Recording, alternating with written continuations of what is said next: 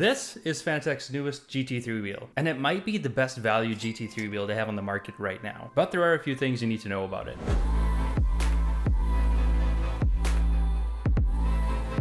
The wheel is priced at $229.99 USD or $329.99 Canadian, depending on where you're located.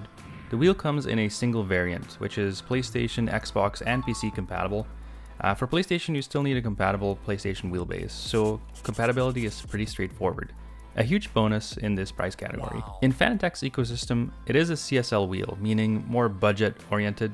This wheel sits below things like the ClubSport steering wheel GT3 and the Formula V2.5. So the target audience is pretty clear. Entry to mid-level sim racers who want something lighter, more focused on GT racing, without jumping straight into ClubSport money. Build quality and materials. So starting with build quality, the wheel actually surprised me. The grip feels solid and comfortable, with a nice rubber texture that doesn't get slippery during long sessions. There's very little wheel flex, even when you're pushing higher torque on a DD+, which is something I was specifically watching for. The wheel comes with a QR2 light. It is made out of a carbon fiber reinforced composite. It's pretty rigid, a lot better than my Thrustmaster SF1000, as it had a weaker quick release. But for the CSL, there is noticeably more side-to-side flex when pushing and pulling each side individually. Only if you're looking for it though. However, while driving, I noticed very little flex at all. If this bothers you, you can also upgrade to the metal QR2. The buttons have a clean, positive click, and the layout makes sense. Nothing feels awkward or out of reach. There are two high bezel snap dome buttons with laser engraved P and N lettering, which is putting 2,500 grams on a button and letting the gravity do its work. That is what gram force means apparently. I just had to look that up. The wheel also comes with a pack of button caps, as you can remove the Xbox buttons and really customize it.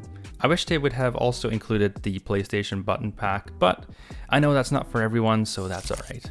The magnetic shifters are a highlight. I was a little worried about the shifters as I used my ClubSport V2.5 before, and I thought it would be a big downgrade, but honestly they feel nice and tactile. Not as heavy or premium like the ClubSport, but certainly nice enough for most, including me. They've got a firm pull, a satisfying snap, and you can definitely hear them, which some people will love and others might not. If you're coming from a higher end wheel, you'll still notice more plastic here and there on the entire build.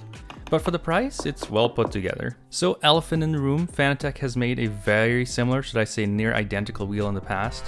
Fanatec made a replica McLaren GT3 wheel, which is what this is. Now Logitech holds the rights, so they had to remove the McLaren branding, so they did a quick control delete on the decals and snapped on their own stickers and fake carbon fiber. But to be fair, it looks pretty good. I'm not blown away, but I like the simplicity of the wheel, so identical wheel, slightly different look and color scheme. Ergonomics and comfort. Ergonomically, this wheel is very easy to live with. Hand placement feels natural, the grip thickness is just right, and you don't feel like you're fighting the wheel during long stints. The overmolded rubber grips have a 50 Shore A hardness, so they won't scuff or wear easily.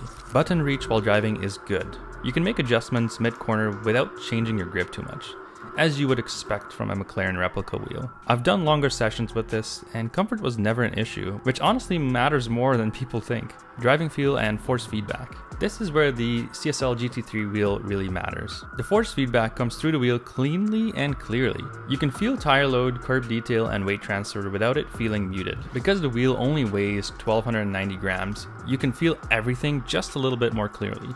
On a DD+, the lighter weight really helps. The feedback feels more responsive and less dampened than heavier wheels. Compared to the Formula V2.5, it feels less aggressive but more natural for GT racing due to its bigger diameter of 300mm. In GT7, it feels smooth and controlled, especially now that they've implemented full force in GT7. Every curb and bump feels so crisp. In Project Moza Racing, the detail really stands out, especially in the braking and mid-corner load. Of course, every game is a bit different in how they provide force feedback, but this wheel makes you feel all the differences. Alright, quick pros and cons. For the pros, great value for money. Nothing else from Fanatec comes close. It is very lightweight, which helps force feedback. Good button layout, simple but effective. Wide compatibility across platforms, so PlayStation, Xbox, and PC. So nice but small OLED display to show gears, speed, etc. Now for the cons. No large display or rev lights. Shifters are semi-noisy, not a deal breaker but noticeable.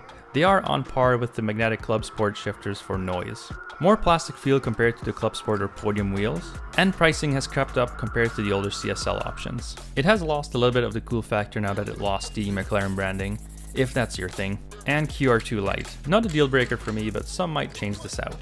Comparisons. Compared to the ClubSport V2.5, this feels bigger and a bit less refined. Against the FS1000 from Thrustmaster, the CSL GT3 is clearly less flashy, but also less expensive.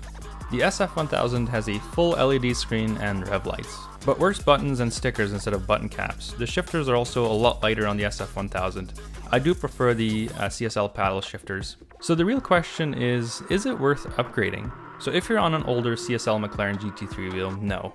If you're in the market for a solid Fanatec GT3 wheel and not break the bank, yes. If you have a Formula V2.5 like me, I would say yes, as the Formula wheel at 270mm is just a tad too small for GT3 and endurance racing, but it will come down to personal preference. Who should buy it? This wheel is best for entry-level to mid-level sim racers who want a solid GT wheel without overspending. It pairs extremely well with any Fanatec wheelbase, and it's perfect if you want a good force feedback without the extra weight. If you're a hardcore user who wants a ton of rotary encoders or a built-in display, this might not be for you. Fanatec makes a ClubSport and Podium Endurance GT3 wheel, so maybe have a look at those, but they are around 3 times the price. What the heck? Final verdict. So would I buy this again? Yes. Is this staying on my rig? Absolutely. If you're looking for a clean, lightweight GT wheel that just works, the CSL steering wheel GT3 makes a lot of sense. If this helped, hit like and subscribe, and let me know in the comments, what wheel are you currently using? Thank you so much for watching, and I'll see you all in the next video.